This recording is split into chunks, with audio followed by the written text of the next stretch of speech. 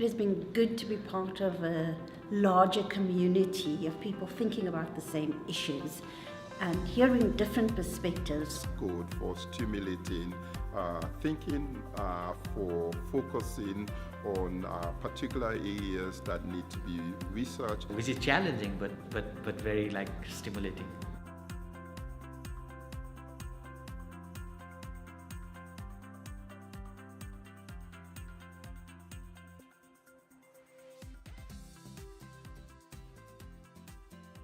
One can get caught up in academia with just thinking, along your own lines. And this gives you insight into how other people are perceiving the same issue, what they've learned, what their challenges are, and you can also share that with them, but together also try and build something new.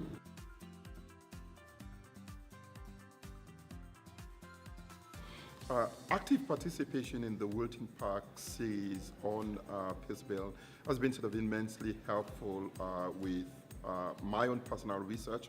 As chair and member of the African Peacebuilding Network Advisory Board, it has given me the opportunity to be exposed to fascinating research that have been done by scholars across the continent, an opportunity to engage these scholars on the various issues that they've been working on, especially issues relating to different kinds of conflict across the continent and ways in which these conflicts are being thought about, are being also resolved. So all around, it's been an engaging series. It's been contentious and controversial and provocative, but that's good for stimulating thinking, for focusing on particular areas that need to be researched, and also to thinking about much more creative ways in which we respond to the myriad of problems affecting the African continent and its people.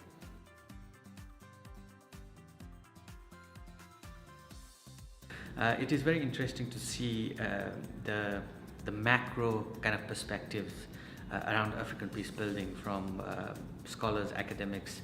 There are also reflections about, in our practice, we haven't really thought of that way.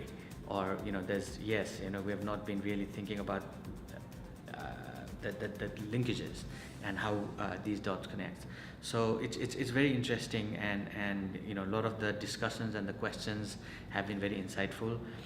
We have been talking about what will peace building, what will technology, etc. would look like in the next 20 and 50 years, which is challenging but very stimulating.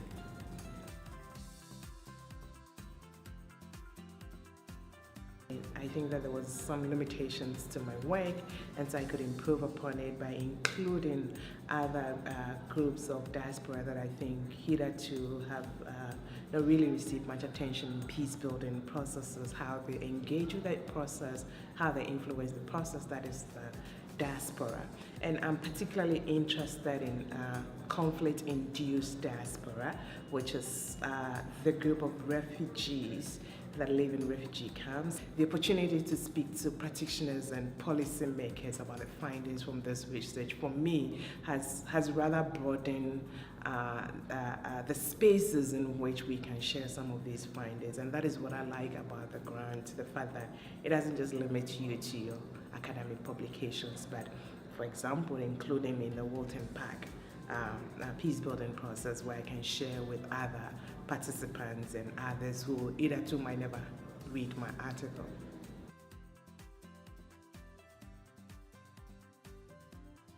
I think that personally I really benefited from the conversations with other scholars, but also with practitioners and policymakers, and you really get a sense from practitioners of the challenges, the everyday challenges that they face. And so I think that having those conversations really helps us in our work as scholars.